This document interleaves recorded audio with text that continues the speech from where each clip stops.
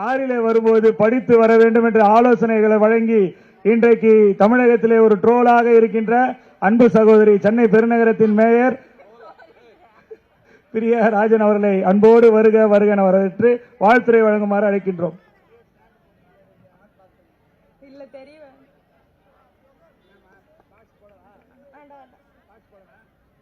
நிகழ்ச்சிக்கு வருகை தந்து கழகத்தின் மூத்த முன்னோடி,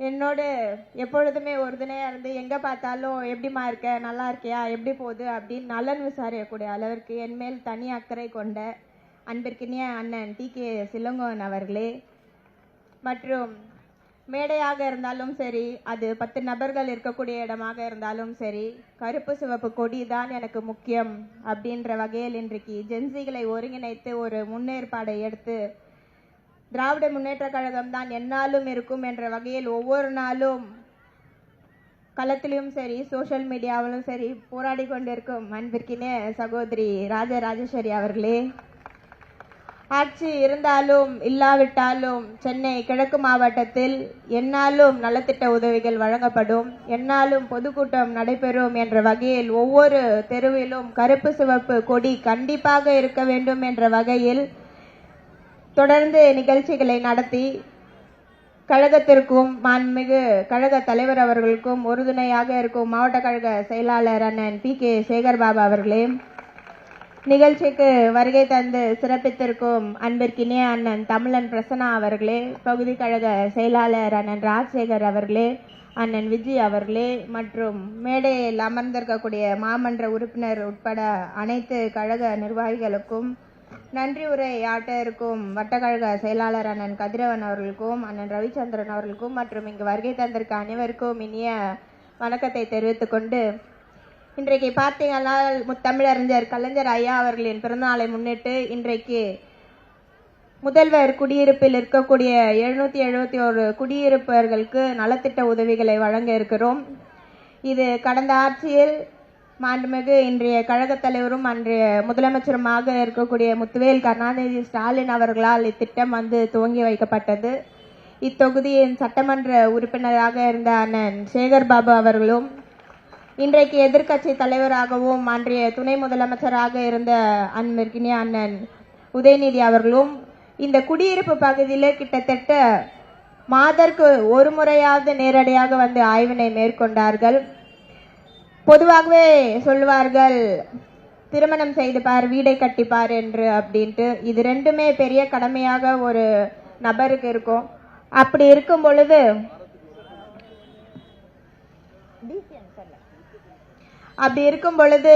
இங்க இருக்கக்கூடிய அனைத்து மக்களுமே துறைமுகம் பகுதியில சாலை ஓரத்துல வீடுகள் இல்லாமல் இருந்தவர்கள். இன்றைய தொகுதியின் சட்டமன்ற உறுப்பினராக இருக்கிறவர் தொடர்ந்து இதற்கான பல்வேறு வகையில் முயற்சிகள் எடுத்து இன்றைக்கு மிக பிரம்மாண்டமான முதல்வர் குடியிருப்பு இன்றைக்கு அமைக்கப்பட்டு அங்க அனைவருமே குடியேறி இருக்கிறீங்க. இன்றைக்கு பாத்தீங்கன்னா பிரைவேட் பில்டிங்ஸ் கூட இந்த அளவுக்கு ஒரு முன்னெடுப்புகள் இருக்காது. அந்த அளவுக்கு ஒரு முன்னெடுப்பு ஆரம்பத்துல முருகன் நான் பேசும்போது ஒரு சின்ன கதை சொல்லி பேசினாங்க. டைல்ஸ்ல ஃபேனே போடாம கூட எப்படி சில்லுன்னு இருக்கு அப்படின்ட்டுன்னு. ஸோ ஒரு குழந்தைய வச்சு ஒரு கதை சொன்னாங்க. அதுல பாத்தீங்கன்னா இந்த குடியிருப்புல இருக்கக்கூடிய ஒவ்வொரு வீடுமே இப்படி பார்த்து பார்த்து பார்த்து பார்த்து எந்த கல் போடணும், எந்த டைல்ஸ் போடணும், ஷிங்க் எப்படி இருக்கணும், ரூம் எப்படி இருக்கணும், படிக்கட்டு எப்படி இருக்கணும், படிக்கட்டுல இறங்கும் பொழுது குழந்தைகளுக்கு பாதுகாப்பு எப்படி இருக்கணும் அப்படின்னு ஒவ்வொன்றையும் பார்த்து பார்த்து பார்த்து பார்த்து வடிவமைத்தது தான் இன்றைக்கு நம்முடைய சட்டமன்ற உறுப்பினர்கள் அண்ணன் அவர்கள். இன்றைக்கு பார்த்தீங்கன்னா மாண்புமிகு கழக தலைவர் அவர்கள் ஒவ்வொரு பகுதியில இருக்கக்கூடிய ஒவ்வொரு பொதுமக்களின் நலன் கருதி தான் ஆட்சியை மேற்கொண்டிருந்தார்கள். அந்த வகையில் பார்த்தீங்கன்னா துறைமுகம் தொகுதியில மட்டும் கிட்டத்தட்ட 1400 வீடுக்கு மேல இன்றைக்கு சாலையோரத்தில் இருக்கக்கூடியவர்களுக்கு அடுக்குமாடி குடியிருப்புல வீடுகள் அமைக்கப்பட்டு இருக்கிறது. இது வரலாற்றில் மிக மிக சிறப்புமிக்க விஷயமாக இருக்கும். ஏன்னா இதற்கு முன்னாடியும் இது போல சாலையோரத்துல இருந்தவர்கள் அடுக்குமாடி கூறி இருந்தவர்களே மறு கட்டுமானம் பண்ணி தருவாங்க. இல்ல ஒரு 10 பேர் 20 பேருக்கு சாலையோரத்துல இருக்கிறவங்க மாற்றிடம் பண்ணி தருவாங்க. ஆனா 1400 நபர்களுக்கு மேலாக வரலாற்றிலே இதுதான் முதல் முறையாக இந்த மாதிரி ஒரு அடுக்குமாடி கட்டியிருப்பு இருக்கும். அது மட்டும் இல்லாம இது ஒரு வீடு அப்படின்ட்டு இல்லாத அந்த வீட்டு குடியிருப்புக்குள்ளேயே கேட்டட் கம்யூனிட்டியில எந்த அளவுக்கு வசதிகள் இருக்குமோ அதே அளவுக்கு வசதிகள், உள்ளே ஒரு மருத்துவமனை, உள்ளே ஒரு ரேஷன் கடை, உள்ளே ஒரு பூங்கா, உள்ளே ஒரு ஜிம்மு, அதுலயும் ஆண்களுக்கு தனியாக ஒரு ஜிம்மு, பெண்களுக்கு தனியாக ஒரு ஜிம்மு, இப்படி அனைத்து வசதிகளுமே அனைத்து கட்டமைப்புகளுமே பார்த்து பார்த்து கட்டப்பட்டது தான் உங்களோட குடியிருப்புகள். நிறைய பேர் வந்து அந்த குடியிருப்பு வெளியில இருந்து பார்க்கும் பொழுதே சொல்லுவாங்க, ரொம்ப அழகா இருக்கே, இந்த இடத்துல வீடு போனா நல்லா இருக்குமே அப்படின்ட்டுன்னு. நீங்க தனியார் இடத்துல எல்லாம் பாத்தீங்கன்னா ஃப்ளோர் ஏற அதுக்கு தனி ரேட் ஃபிக்ஸ் பண்ணுவாங்க. 5வது மாடிக்கு மேல எல்லாம் போனீங்கன்னா அதுக்கு தனி ஒரு ஃப்ளோருக்கு ஒரு ரேட்டுன்ற மாதிரி ஃபிக்ஸ் பண்ணுவாங்க. ஆனா இன்றைக்கு இவ்வளோ பெரிய வசதிகளோட வீடுகள், குடியிருப்புகள் உங்க அனைவருக்குமே கடந்த ஆட்சியில வந்து நம்முடைய கழக தலைவர் அவர்கள் ஏற்பாடு செய்திருக்கிறாரு. அது முற்றிலுமாக முன்னேற்பாடு எடுத்தவர் நம்முடைய இத்தொகுதியின் சட்டமன்ற உறுப்பினர் அண்ணன் சேகர் பாபு அவர்கள். இன்றைக்கு முத்தமிழறிஞர் கலைஞர் அவர்களின் பிறந்த நாளை முன்னிட்டு உங்க எல்லாருக்குமே வந்து நலத்திட்ட உதவிகள் வந்து வழங்க இருக்கிறோம். இன்றைக்கு ராஜராஜேஸ்வரி அவர்கள் வந்து பேசும்பொழுது சொன்னாங்க, இந்த மாதிரி எத்தனை தொழில்ல வந்து நம்ம வந்து இழப்பீடு இருக்கோம், எவ்வளோ லாஸ் ஆயிருக்கு அப்படின்னு பல்வேறு கம்பெனி நேம் எல்லாம் சொல்லி மென்ஷன் பண்ணி பேசினாங்க. ஆனா அந்த அமைச்சர் வந்து டான்ஸ் மட்டும் ஆடல, இன்னைக்கு வந்து சுற்றுப்பயணமா உல்சான் போயிருக்காங்க.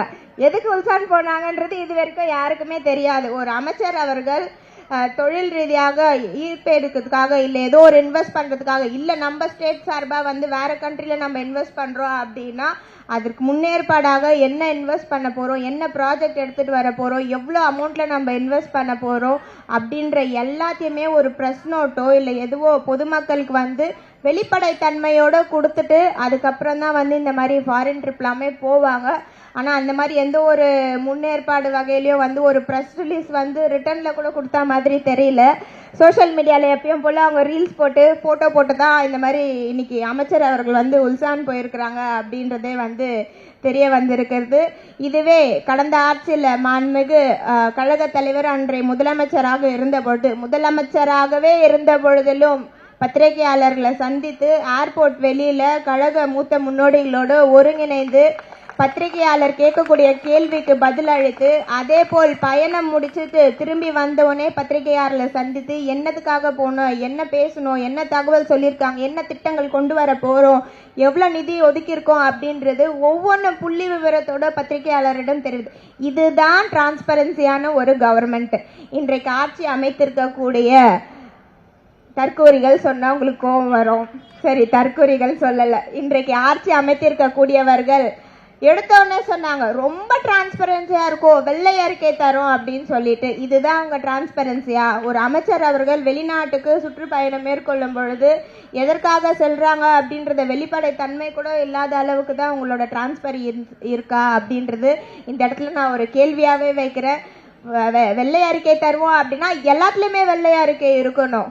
நீங்க வந்து எங்களுக்கு தேவையானதுக்கு மட்டும் நாங்க கொடுப்போம், எங்களுக்கு தேவையில்லாதது கொடுப்போம்னா இது வந்து தமிழ்நாடு. உங்களுக்கு வாக்களித்தவர்களுக்கு நீங்க வந்து பதில் சொல்ற இடத்துல இருக்கீங்க. அப்படி இருக்கும் பொழுது ஒவ்வொரு விஷயத்துக்கும் நீங்க பொதுமக்களுக்கு பதில் சொல்லிதான் ஆகணும். நீங்க வந்து அதை ஜஸ்ட் லைக் தட் வந்து ஸ்கிப் பண்ணிட்டு போறது எந்த வகையிலயும் சரி இருக்காது. அதே போல இன்றைக்கு ஒரு அமைச்சர் வந்து தெரிவித்திருக்கிறாங்க, திமுக வந்து எங்க கரண்ட் கட் பண்ணிடுறாங்க, இந்த கவுன்சிலர்ஸ்லாம் ஒரே பிரச்சனை பண்றாங்க, எங்களால வந்து எங்கேயுமே போக முடியல, எங்க சட்டமன்ற உறுப்பினர் வந்து ஃப்ரீயா செயல்பட விட மாட்டுறாங்க. எந்த இடத்துல ஒரு கவுன்சிலர் வந்து உங்களை இஷ்யூ பண்ணாங்க? எந்த இடத்துல குப்பை எடுக்காம இருக்கிறது? மாண்புமிகு அமைச்சர் அவர்களுக்கு ஒரு கருத்து வந்து நான் தெரிவிக்கிறேன். குப்பை எடுக்கிறது வந்து கார்பரேஷனோட வேலை. அது எந்த பகுதியில் எடுக்கல, நீங்க கார்பரேஷன் கமிஷனருக்கு ஒரு போன் அடிச்சா கூட எடுத்து கிளீன் பண்ணி கொடுத்துருப்பாங்க. அதே போல ஈபி துறையை சார்ந்து கார்பரேஷனுக்கே நீங்க திருப்பி கம்ப்ளைண்ட் சொல்றீங்க. ஈபி துறை வந்து உங்களோட அமைச்சர் தான் இருக்கிறாங்க. அப்ப நீங்க உங்களோட அமைச்சருக்கு தான் போன் பண்ணி எதற்காக கரண்ட் கட் ஆகுது, எதனால இப்படி ஆகுது அப்படின்றத கேட்டிருக்கணும்.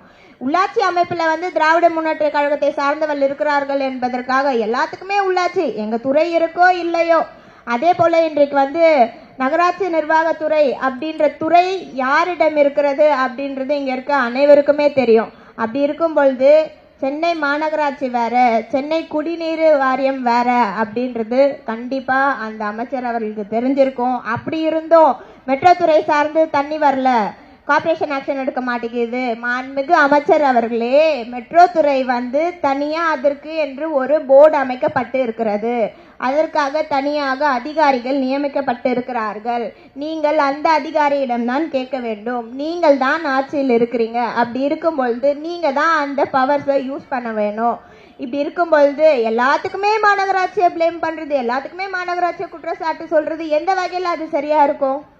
இன்றைக்கு வந்து கட் காப்பி பேஸ்ட் அப்படின்ற வகையில தான் வந்து இந்த டிவிகே ஆட்சி வந்து நடத்தி வருகிறார்கள். எல்லாமே டிஜிட்டலைஸ்டு பண்ணிடுவோம் அப்படின்றது வந்து நீங்க அப்கிரேட் ஆகுறாங்க அப்படின்லாம் நினைச்சிடவே கூடாது.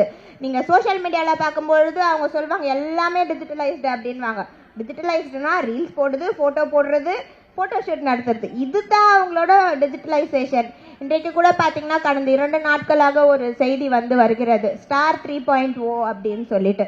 இது வந்து பத்திரப்பதிவுகள் வந்து ஆன்லைன்லேயே நம்ம வந்து செய்யக்கூடிய ஒரு விஷயம்.